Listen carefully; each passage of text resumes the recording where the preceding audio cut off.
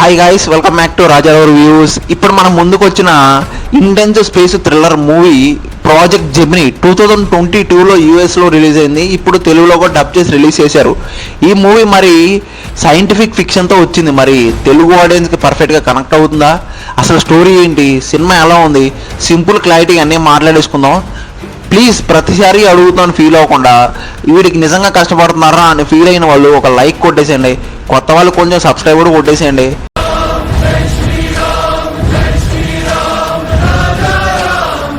Please కొట్టేశారు కదా, thank you. ఇంకా స్పాయిలర్స్ లేకుండా స్టోరీ ఏంటంటే, స్టోరీ సింపుల్ ఏం కాదు.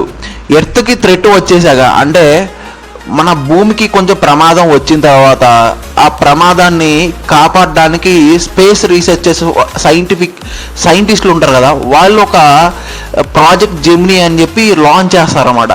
అంటే టు సేవ్ ద లైవ్స్ అని చెప్పాలి, అంటే జనాలని కాపాడడం కోసం, మనుషుల్ని కాపాడడం కోసం ఒక ప్రాజెక్ట్ జెమినీ అని చెప్పి లాంచ్ చేసిన తర్వాత కొన్ని అన్ఎక్స్పెక్టెడ్ ట్విస్ట్లు అయితే వస్తాయి. అక్కడ ఏలియన్స్ ప్రెజెన్స్ కూడా ఉంటుంది, అంటే ఏలియన్స్ కూడా కనపడుతూ ఉంటారు.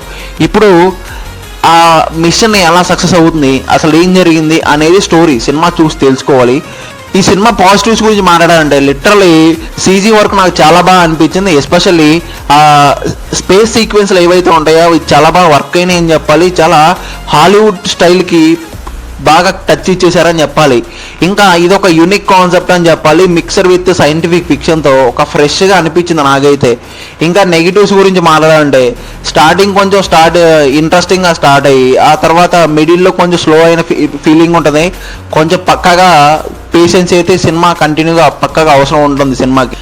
అంటే మెయిన్ క్యారెక్టర్స్కి డెప్త్ లేకపోవడం వల్ల కొంచెం ఎమోషనల్ కనెక్టివిటీ కొంచెం తక్కువగా అయితే ఉంటుంది. పర్ఫార్మెన్స్ ఓకే, డబ్బింగ్ కొంచెం ఆక్వర్డ్గా ఉంటుంది. దీనికన్నా తమన్నా, సమంత అని లాంటి హీరోయిన్స్ ఉండుంటే కొంచెం తెలుగులో హైప్ ఎక్కువ ఉండేది. Just joking. ఓవరాల్గా ప్రాజెక్ట్ జెమినీ ఒక బోల్డ్ అటెంప్ట్ అని చెప్పాలి. విజువల్ అట్మాస్ఫియర్ చాలా బాగా అనిపిస్తుంది. పక్కగా వన్ టైం వర్త్ వాచింగ్ అని చెప్పాలి. కొంచెం పేషెన్సీ కూడా ఉండాలి లిటరలీ. ఇంక ఈ సినిమాకి నా పర్సనల్ రేటింగ్ అయితే పక్కన ఇచ్చేస్తాను. ఆల్రెడీ ఎవరైనా చూసుంటే మీకు ఎలా అనిపించింది తప్పకుండా కామెంట్ చేయండి. ఇంకా నా రివ్యూ నచ్చితే లైక్, షేర్, సబ్స్క్రైబ్ కొట్టి కొంచెం బూస్టప్ ఇచ్చేసింటే మళ్ళీ నెక్స్ట్ ఇంట్రెస్టింగ్ మూవీతో కలుద్దాం. Thank you.